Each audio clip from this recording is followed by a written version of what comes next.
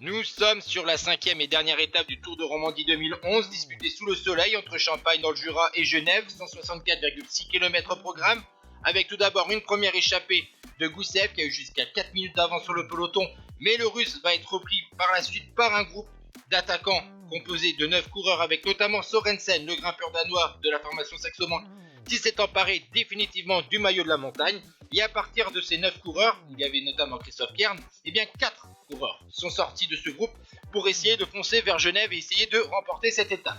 Il y a Roland, Gadré, Kreuzweig et Brandle.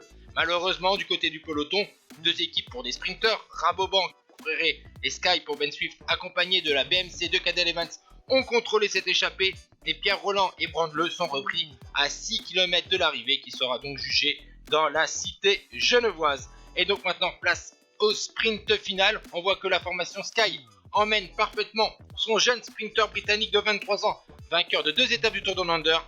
Ben Swift donc s'impose au sprint devant l'italien de la Léopard, Davide Vigano. La 3e place malheureusement pour Oscar Freire, l'espagnol de la formation Rabobank. 4e, Sabatini. 5e, Gasparotto. 6e, le japonais Beppu. Et au classement général, Cadel Evans remporte cette édition devant Tony Martin et Alexandre Vinokourov. Ciao tout le monde.